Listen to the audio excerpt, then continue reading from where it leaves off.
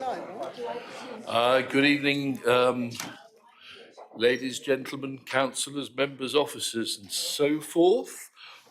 We are now transmitting. So, good evening, and welcome to East Devon District Council's Cabinet meeting for the 30th of October 2024. I'm your chair, Councillor Paul Arnott, and I'd like to welcome anyone watching this meeting via live streaming. Thank you. We'll now start the meeting by doing a roll call of committee members here present. Thank you, Chair. Starting with yourself, Councillor Arnott. Present. Councillor Hayward's given his apologies. Councillor Hawkins. Present. Councillor Hookway. Present. Councillor Jackson. No. Councillor Young. Present. Councillor Ledger. Present. Councillor Loudon.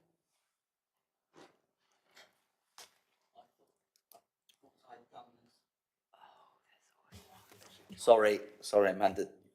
I'm present. Don't look at me like that, please. Councillor Olive. I'm present and I know how to use the microphones as well. And Councillor Rickson. Present. Right. Can I also ask Cabinet members if anybody has a declaration they want to give? No declarations. Okay, over to you, Chair. Thank you. Lovely, thank you very much. We begin agenda item 1, the minutes of the previous meeting of the 2nd of October 2024. If you have any comments on those, please raise your hand. If no hands are raised, I'll take this as an indication that you agree the minutes. No hands raised, thank you very much. The minutes of the previous meeting are recommended to be agreed. Agenda item 2, apologies. I have 2, Amanda, from Councillor Jackson and from Councillor Hayward. And I have 3, and they're from non-Cabinet members, Councillor Jenny Brown, Councillor Brian Bailey and Councillor Aurora Bailey. Thank you. Lovely, thank you, Amanda, very much. We now go to agenda item 4, public speaking.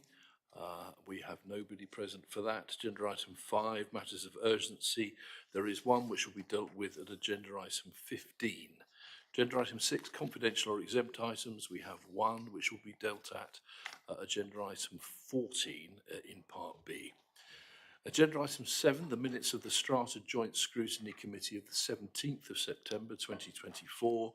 Do members wish to make any particular recommendations on this item, or can we agree to move it forward without specific recommendations? Yes, good, agreed, thank you very much.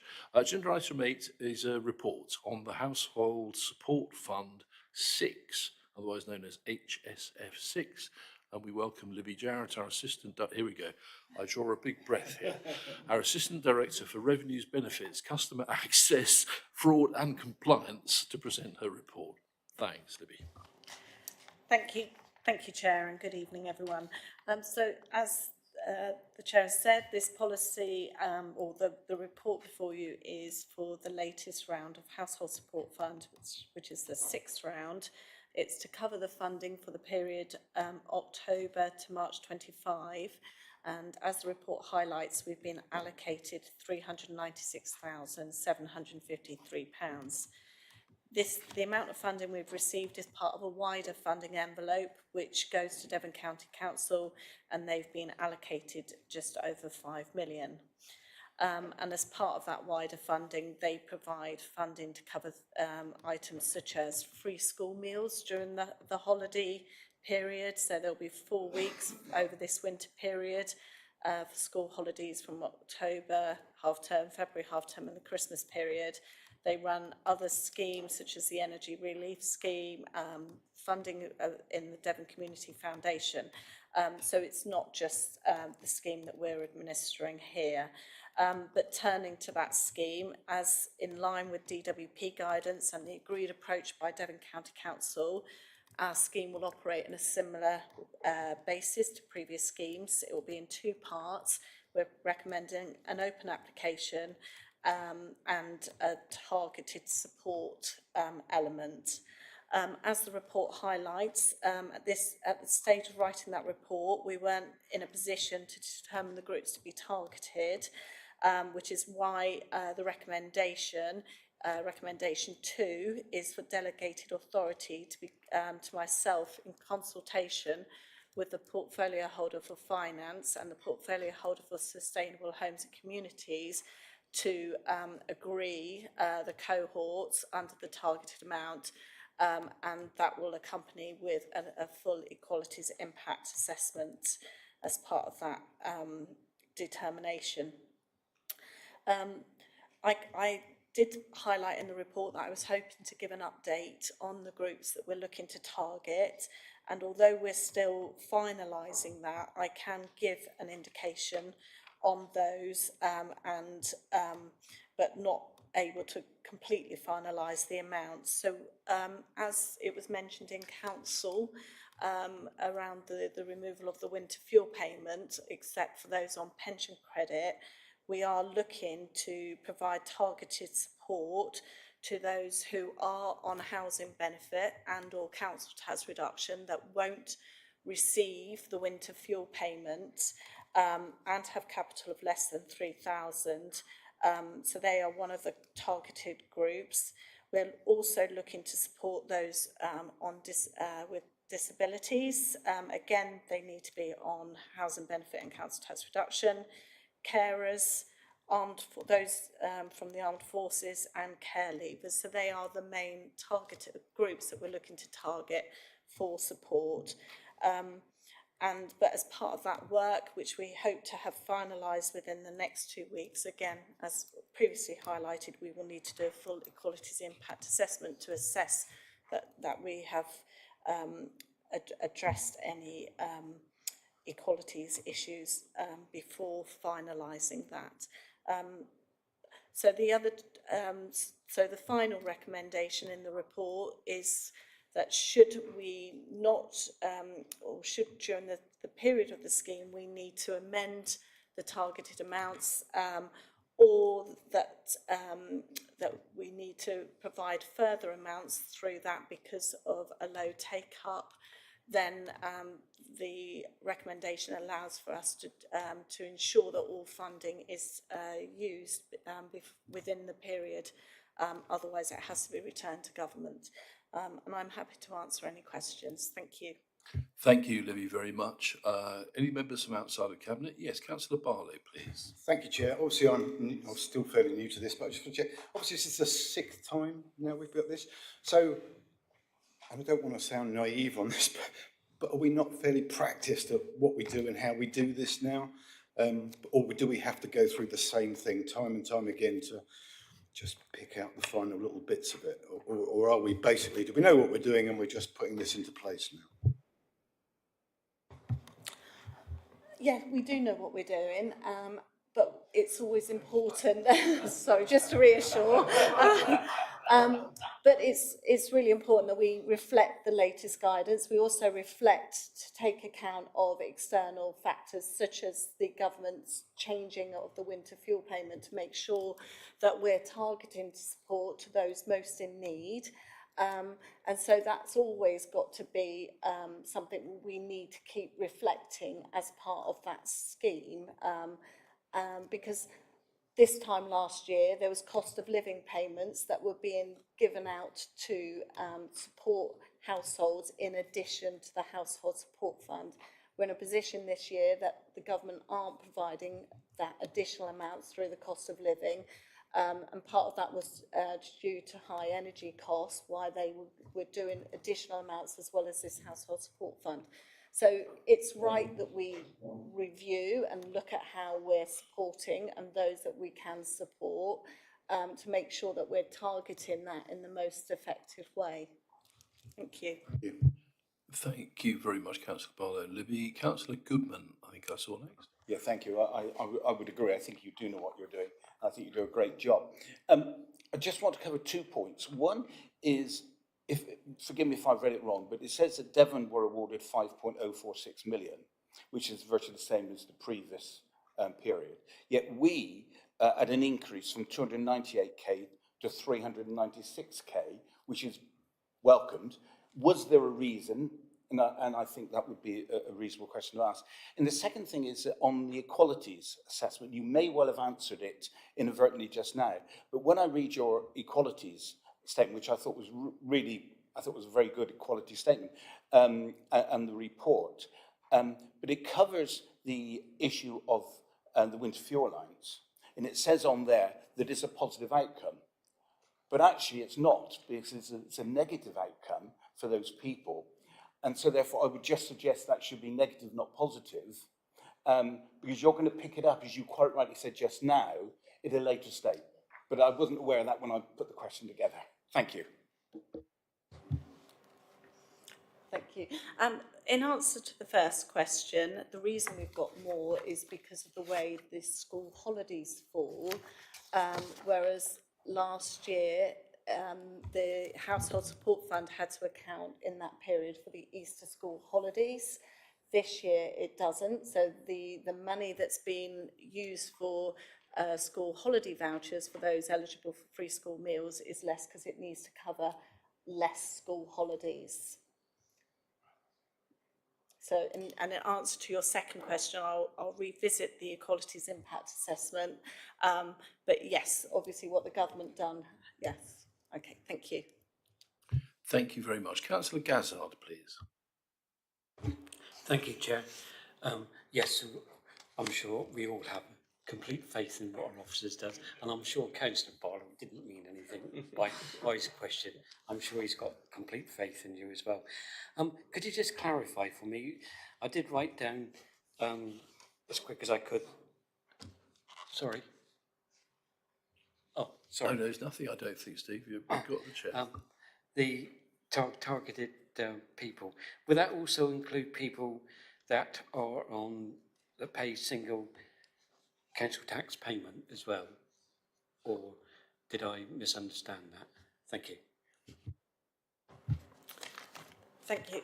In answer to that, it is those who are already on means tested benefits such as council tax reduction and housing benefits. So that would include those who live in households as a single occupier.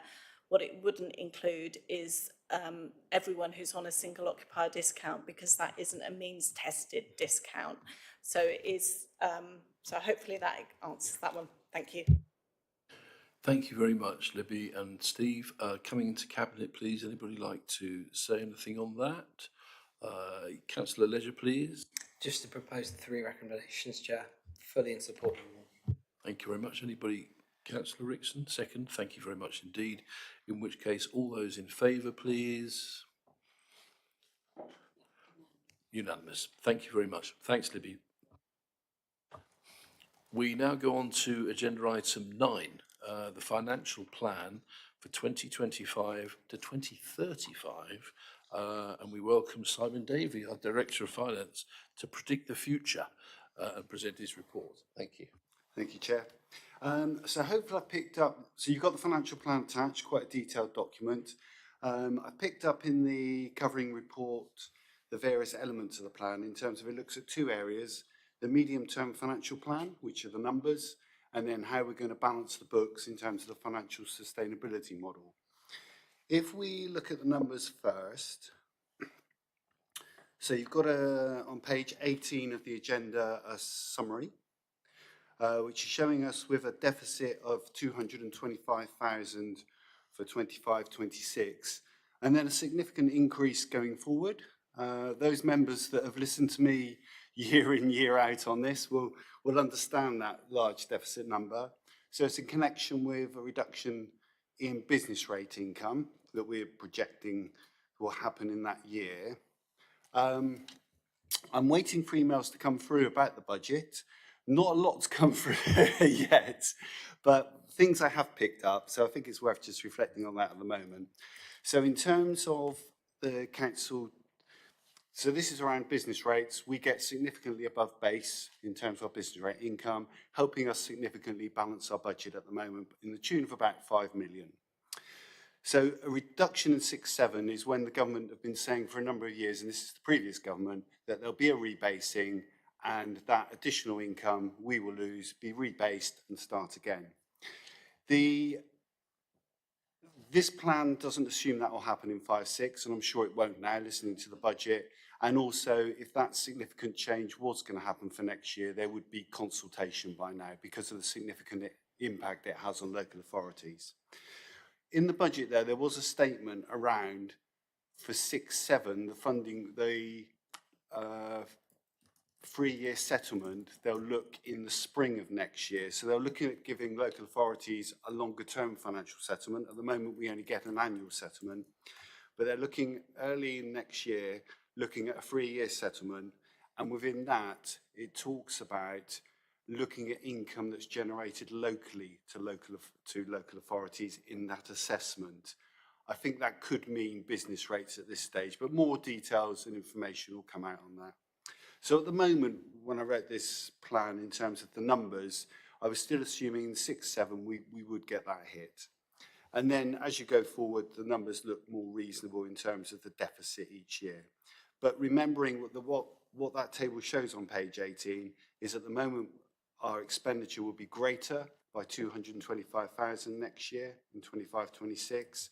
We solve that, then we've got 3.9, nearly 4 million to find in 6/7, find that 1.2 million, and it goes on. So quite a cheery picture for you. Part B of the report looks at then the financial sustainability model, and really what this looks at is evidencing that our services are offering value for money, make sure that we're looking at benchmarking, looking at efficiencies, looking at how we increase income, so looking at the things we can do to generate savings, and then looks at how we go forward into 6/7 in terms of that larger gap. But in summary, if we focus on the 5/6 budget, at the moment, in terms of, if you look at a lot of local authorities' pictures, in terms of that financial position, a £225,000 deficit is not a substantial figure in terms of our overall budget. We're not saying it's easy, but we've done a lot of things. Members have made lots of decisions over the years that have helped us put us in that position, whereby for next year we're looking broadly at 225,000 to find. And then I've gone on the report to say the areas we'll look at in terms of trying to find that saving. And there's a combination there. We're still having discussions with LED, and members will be aware of that. We've built in some savings based on conversations to date, but we've still got further conversations to have. There's some work around asset management that we know is likely to come through to save us some areas in that. And what I'm also suggesting is the balance at this stage. We look at vacant posts, but only where we believe as an authority that we can take those posts and it won't affect delivery of our council plan or key objectives. So that's the sort of the medium-term proposal for 5/6 on how we balance the budget. 6/7 is a slightly different story in that because it's a number that we're not sure what it will be until government do that review period. So it could be 4 million, could be a lot less than that. Unlikely it'll be more than that, but also the timing of it is unknown. So what we're saying, and this is a similar picture to previous years, let's wait until we know that number before we make radical changes. So we'll do a piece of work around continue with efficiencies, income generation, because we know we've got a budget deficit to bridge, so we'll carry on with that work.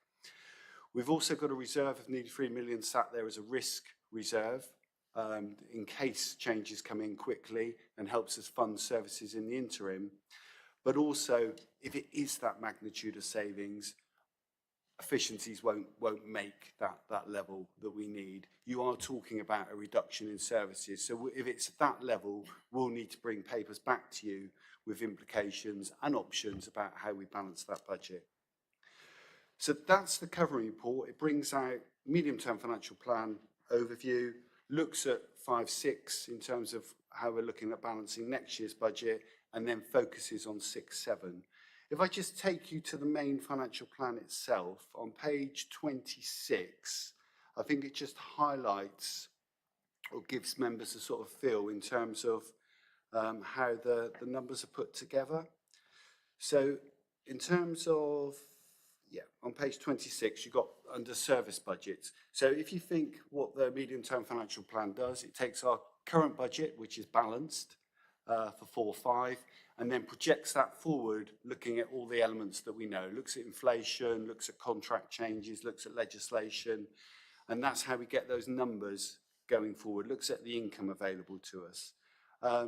There's a number of bullet points there that I won't go through in detail, but there are things that members should be aware that we've allowed for in the budget, or implications where we haven't allowed for in the budget. So, happy to take questions on that when I finish going through. But it sort of talks about what we've allowed on pay and general inflation. We were aware, as everyone was, in terms of the news leading up to the budget, possible implications of national insurance. That's now come through. That doesn't have a significant impact initially on our budget. We do need to see what the implications are with different bandings and work that through. But in terms of materiality, it's not a big number. In terms of the pay award that's now been approved, that wasn't when I wrote this, again, it looks like we're within budget for 4-5. 5-6, I've made assumptions about a 3% general increase, which should be sufficient to cover that off. Talks about the position on LED, strata. Planning income, for those members who are following on monitoring reports in year, that's showing that actually the number of applications is significantly down, so income is down in the current year. So to be prudent, I've reduced our income going forward on that basis. It might be a better picture when we get there, but it's right to take account of 470,000 estimated down for this year that I've built in. Just another area in terms of council tax, second home additional charges. So the council have agreed to those coming in for next year, 5-6. Additional income to us, we estimate in the order of 331,000. That's now taken into the budget as additional income to help us with our housing costs, particularly homelessness, which we've seen significant increases in previous years. There are some service pressures that we're seeing in engineers, street scene and other areas where basically at the moment we're seeing sort of 1,000 increase in our tax base on an annual basis. That's good in terms of income area, but it does put pressure on our services, street scene, the revenues and benefits team, etc. So we haven't allowed for increases in next year's budget for any staff implications on that. We'll have to work through that with the management team in terms of how we're going to afford within the sort of staffing envelope, if you like. There was an announcement about the extended producer responsibility, significant sum in the budget. How that filters down to us, don't know. So there's nothing built in there at the moment for that. But it is new income to local authorities. And then the other thing, sort of picking up on the budget, that sort of billed as a 3.2% increase for local government. Again, how that filters down to East Devon, we'll know December time when the local government finance settlement is announced. But it is higher increase than I think most were expecting generally.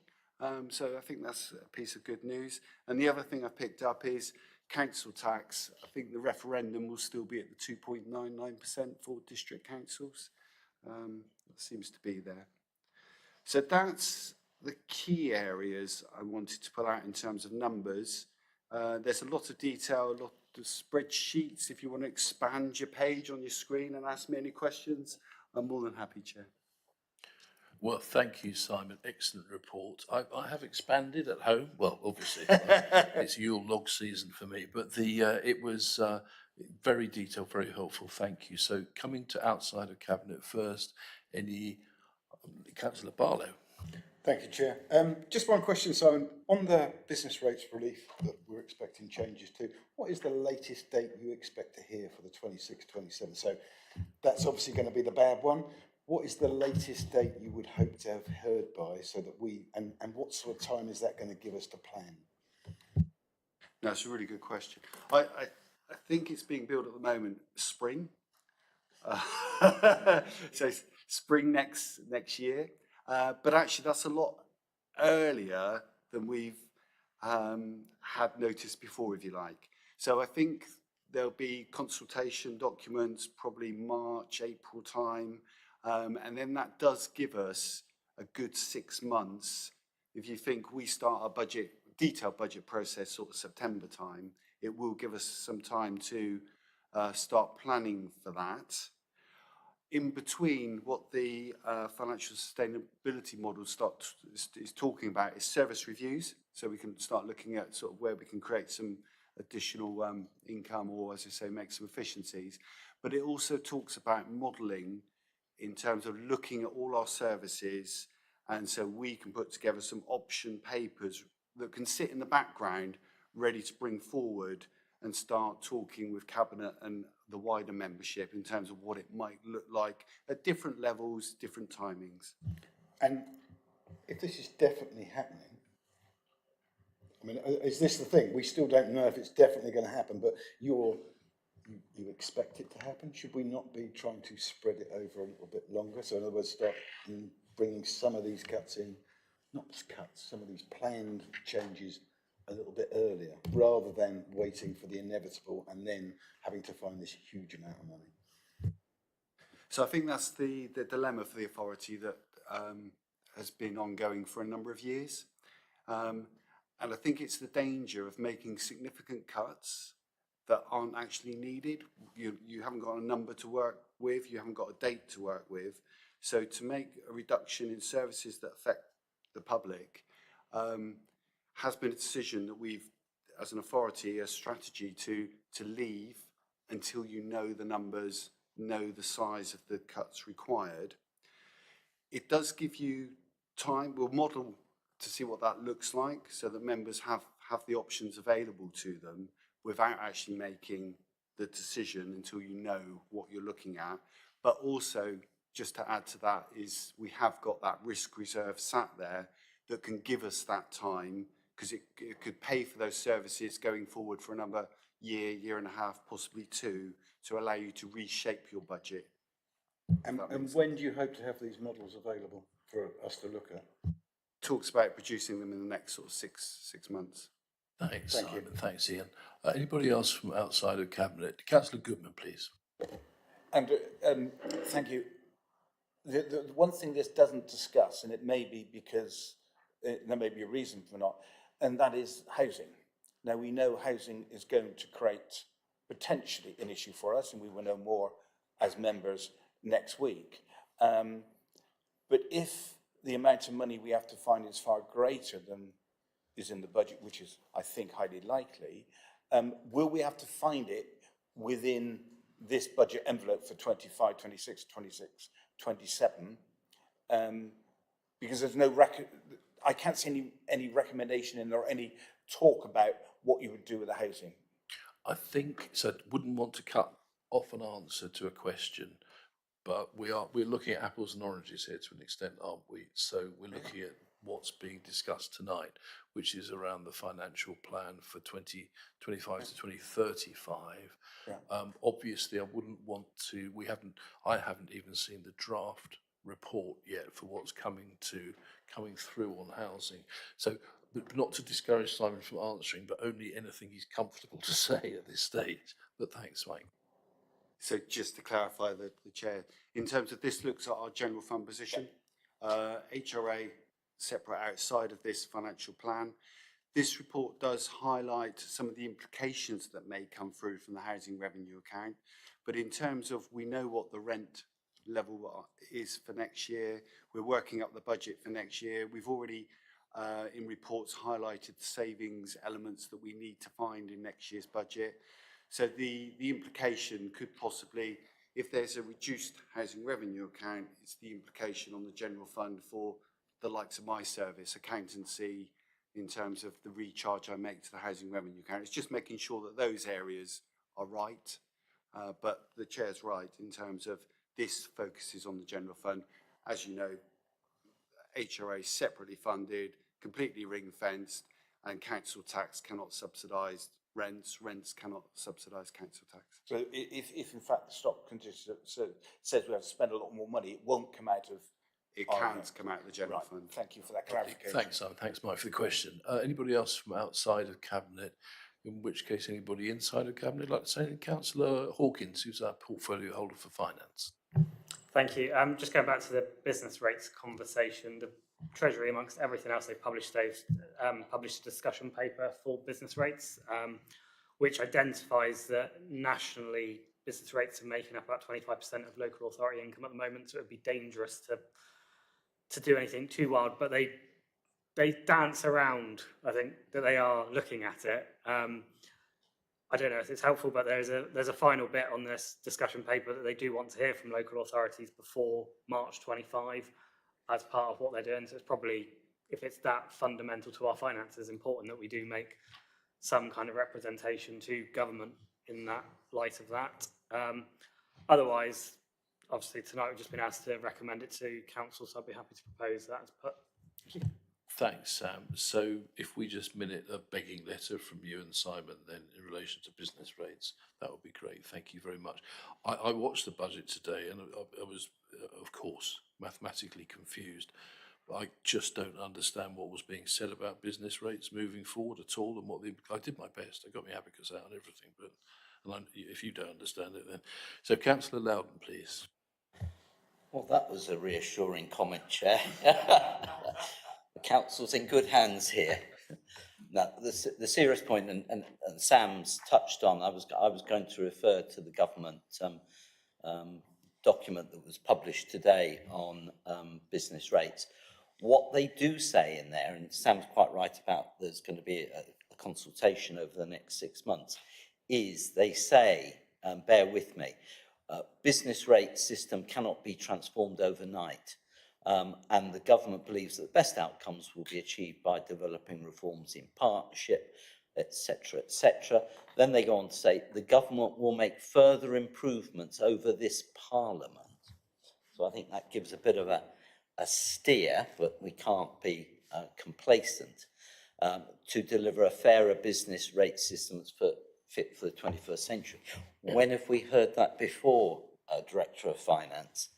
And going back to what Councillor Barlow was asking Mr. Davey a second ago about the approach we perhaps ought to take, assuming the worst case scenario for the future of business rates, I think what Simon has put before us today is, from my memory, the same approach we've adopted over the last 5, 6, 7. Well, you've been here longer than me, Simon, so this has been the established approach I think we've taken across different administrations. So if I just take, thanks, John. I think Councillor Barlow wants to come up with one more quick question, and I'll come back to Simon after that. Yeah, I just wonder if we're getting confused as the government talking about business rates for the general businesses, not necessarily the bit we keep. Any other questions before I come back to, yes, Marianne, please.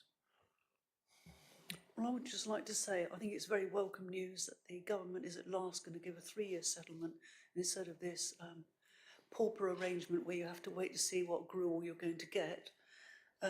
But my concern is about second homes, and we're estimating the charges that this is going to generate. And I believe that there's been an offloading of an awful lot of houses, people trying to avoid paying additional charges, both on council tax and it was announced today that the charge for stamp duty is going up from 3% to 5% for second homes straight away, I believe. So this is going to be a trigger, I think, maybe to have a recalculation on this, possibly. It's a known unknown, isn't it, on second homes? Dan, and then I will come back to Simon. Councillor Ledger. Can I second, please, Chair? You can, but it wasn't a question, Councillor Ledger. It's getting ahead of yourself. So coming back to Simon for just a final sort of wrap up. I think the business rates is both sides. I think it's about the business rates payable, but also about the implications for local authorities. In terms of the principle of waiting until we know the size of the deficit and the implications on the authority, that principle has been in place probably 4 or 5 years now, I would suggest. I think that's about it from the... Yeah, I think it was, as you say, Marianne, I think as far as the likely income from second homes, I think all districts this year is guesswork to an extent, isn't it? Because we're not sure whether they all suddenly get registered in the Cayman Islands or something, who knows what else. So we've had a seconder from Councillor Ledger, and just to be clear, because this is a big ticket item, the recommendation is, and I have got it here, I did have it. Blah, blah, blah. Hold on a sec. Right, where are we? Sorry about that. Yes, that's the. Yes, please, if Simon reads the recommendation, thank you. So the recommendation is to consider the draft financial plan 2025 to 2035 and to recommend to council its adoption and direction outlined in balancing future budgets. Thank you, Simon. All those in favour, please? That's unanimous, thank you. Thank you very much indeed for that, Simon. We now come to agenda item 10, our PSPO consultation request for 2024, and the report's going to be presented by Matt Blythe on behalf of Sally Webster, our Principal Environmental Health Officer. Matt, please. Thank you, Chair. The report in front of members this evening is requesting Cabinet approval to go out to public consultation in spring 25 to review and consider proposed changes to our 3 public space protection orders, which would then be implemented in May 26. As members will probably remember, public space protection order is a tool under the Antisocial Behaviour Crime Policing Act intended to deal with a particular nuisance or problem affecting a specified area that is detrimental to the local community's way of life. It could be a wide range of problems. It can vary from a tiny area like a park up to the whole district of the local authority. A public space protection order can be made by the council if it's satisfied on reasonable grounds that the activities carried out or are likely to be carried out in public space have had or are likely to have a detrimental effect on the quality of life of those in the locality, and that the effects of those activities are likely to be persistent, unreasonable, or justify the restrictions imposed. A person who's observed not to be complying with the public space protection order is liable to receive a fixed penalty notice of £100. Certain council officers and police officers are authorised to enforce the requirements of the orders. The council currently has 3 public space protection orders in place that cover dog control, seashores and promenades, and social behaviour and intoxicating substances. Public space protection orders remain in force for 3 years, at which point they need to be reviewed, amended and renewed as appropriate, otherwise they will expire. Our current public space protection orders are due to expire in May 26. So there is a requirement, so should we wish to continue with the public space protection orders, that all interested parties are consulted about any proposals for change. Consultees will include all our district councillors, town and parish councils, affected landowners, other interested parties, Devon County Council, Devon Cornwall Police and a Police and Crime Commissioner. The tables in the report outline potential changes to the PSPOs based on feedback received since the latest one introduced in 2023. However, I would say that should we go out to consultation, further amendments that could be proposed as part of the consultation, we would also consider in due course as part of the review process. The majority of the proposed changes that are being consulted on, I think hopefully are relatively self-explanatory, but I'm happy to answer any questions on. But some more detailed information has been given about the proposal to the dog exclusion zone on the beach to make a time limit, as this is likely to affect more people. But I think it has to be stressed that this report is purely about requesting permission to go out to consultation. It's not about the actual amendments themselves. And obviously anything that does come back will come back via Cabinet for final approval. So if Cabinet are able to approve the recommendation that we do go out to public consultation, then obviously we will bring the results of that consultation back to Cabinet as part of a final document with any final proposals for the draft for approval to replace the PSPOs to come into effect from May 26. Thank you, Chair. Any questions? Thanks, Matt, very much. I'm just going to turn to our Director of Governance for a second, to Mel. It occurs to me in this report there are lots of communities named which have got representatives here from various town and parish councils, but I don't think that's no, it's not necessary to declare. Okay, no, it's thank a high-level consultation, so no, that's not. Thank you, Mel, very much for that. Okay, coming to outside of Cabinet first, please, Councillor Heath.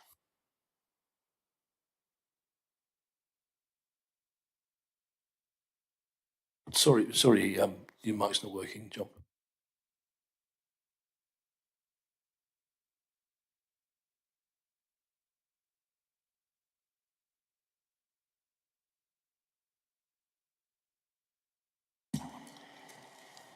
Yeah, Councillor Olive is so intelligent on these sorts of things, isn't he?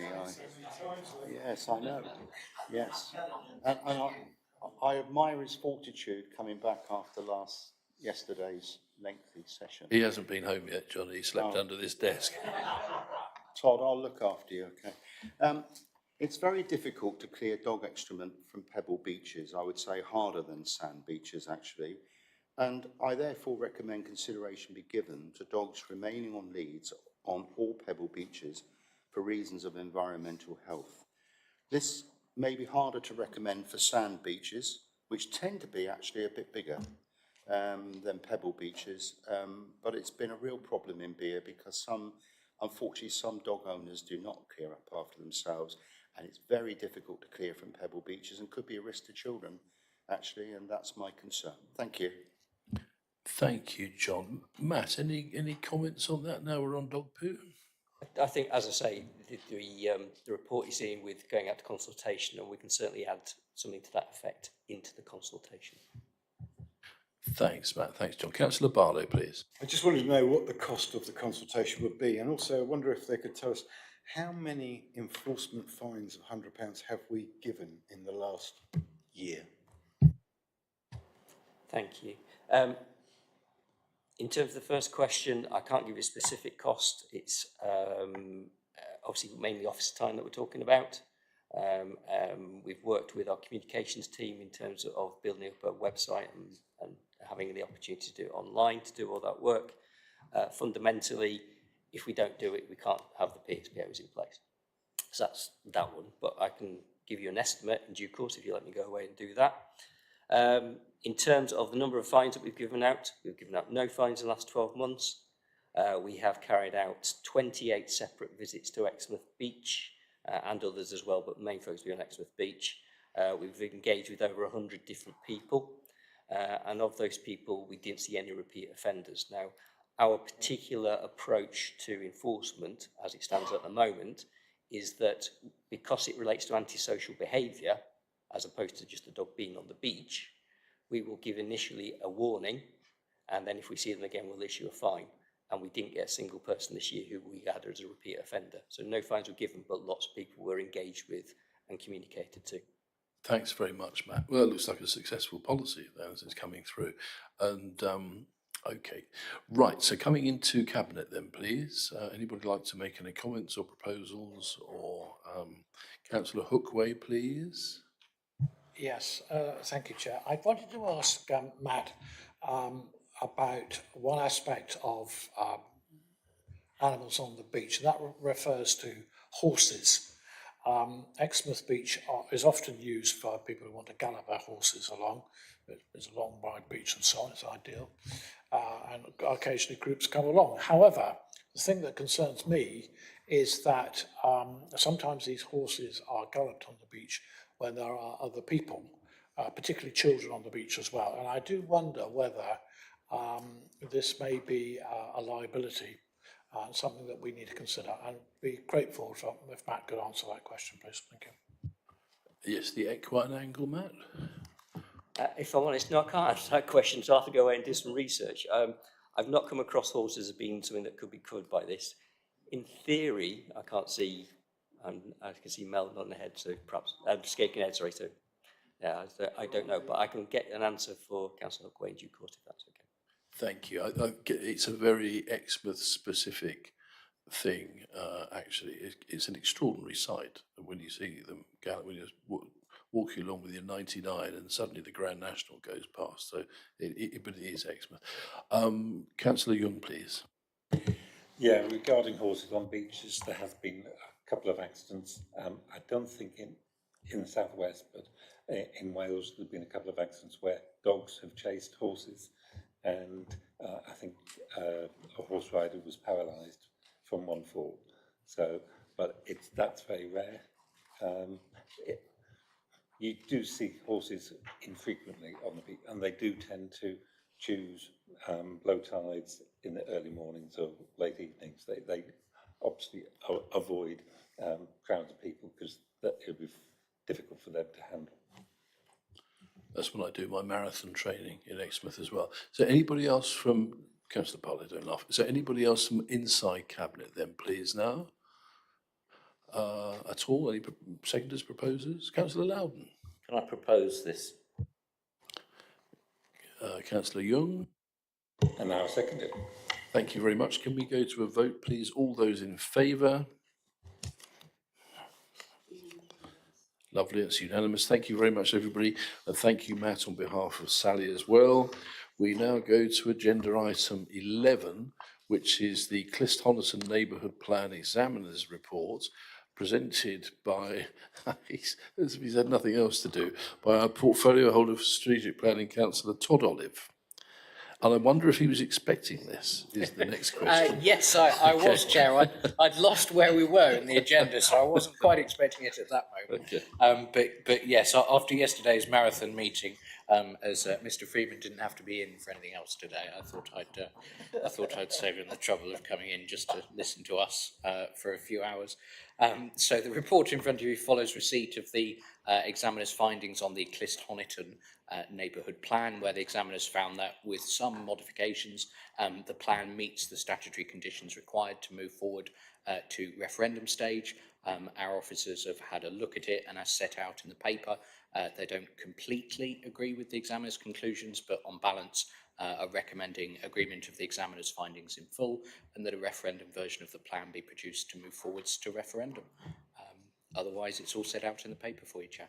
Thank you very much, Councillor Olive. Any comments? I wouldn't expect them from outside of Cabinet. Anybody from inside of Cabinet wish to make any comments? Councillor Rickson, please. Recommend approval. Thank you very much. Anybody prepared to second that? Councillor, I'll go for Councillor Hawkins, make it worth his while coming in today. Thank you very much. And in which case, all those in favour, please. Thank you very much. I think this is the meeting, isn't it, where we congratulate, no, is it? No, it's not made yet, is it? So we don't congratulate Clisthonnerton No, yet. Chair, it has to go to a Too referendum soon. for the Okay, community to agree okay. first. Well, a light pat on the back for getting this far. Okay, right. So our next item is agenda item 12, which is the forward plan quarterly review.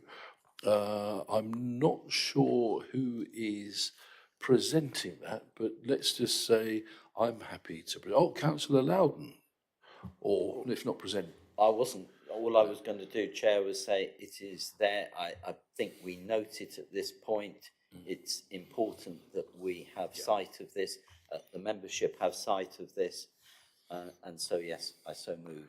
Lovely, thank you very much. So we're just, I'm asking members, are you happy to note the forward plan? I don't think we need actually a proposer and a seconder. Just by a show of hands, are you all happy to note it? Thank you very much. Lovely. We move on to agenda item 13. So I now have to make a little announcement, which is this, that under section 100A of the Local Government Act 1972, the public, including the press, be excluded from the meeting as exempt information of the description set out in the agenda is likely to be disclosed. And on balance, the public interest is in discussing this item in private session. Cabinet, can we have a vote in favour of that, please?